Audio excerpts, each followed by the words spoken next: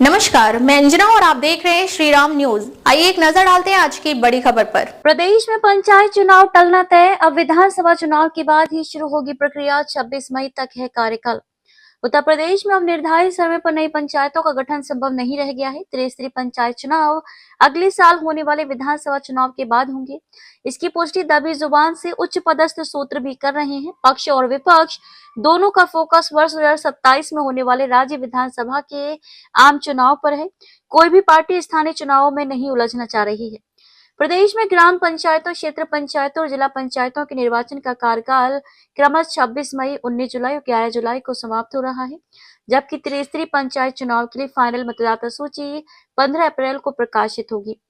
चुनाव से पहले समर्पित पिछड़ा वर्ग आयोग के गठन और आरक्षण की प्रक्रिया भी पूरी की जानी है। इस सबसे एक बात तो स्पष्ट हो गई है कि मौजूदा पंचायतों का कार्यकाल खत्म होने से पहले नई पंचायतों के गठन की प्रक्रिया पूरी नहीं हो सकती।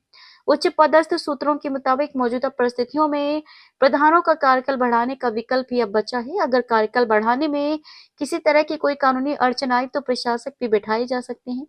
अगले साल विधानसभा चुनाव होने हैं, इसलिए भाजपा, सपा, कांग्रेस और बसपा की ओर से भी पंचायत चुनाव कराने की कोई मांग नहीं उठ रही है।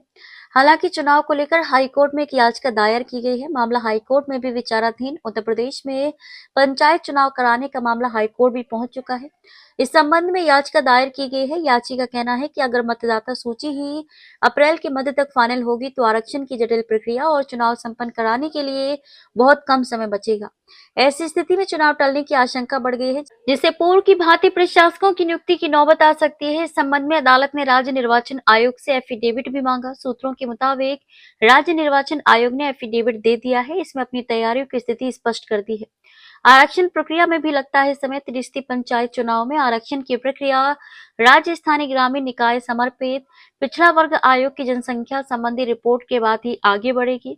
अभी तो इस आयोग का भी गठन नहीं हुआ है। समर्पित पिछड़ा वर्ग आयोग विभिन्न जिलों में जाकर ओबीसी की आबादी के बारे में जानकारी लेकर अपनी रिपोर्ट सौंपता है। किसी भी ब्लॉक में ओबीसी की जनसंख्या का प्रतिशत 27% से अधिक होने के बावजूद उस ब्लॉक में ग्राम प्रधान के पद 27% से अधिक आरक्षित नहीं हो सकते हैं। हाँ, अगर ये प्रतिशत उस ब्लॉक में 27% से कम है तो उसी अनुपात में पद आरक्षित होंगे।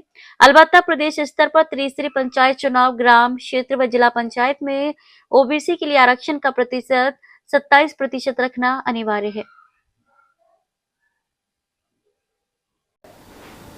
अब तक के लिए बस इतना ही। फिर मिलते हैं एक ऐसी ही बड़ी खबर के साथ। तब तक के लिए नमस्कार और देखते रहिए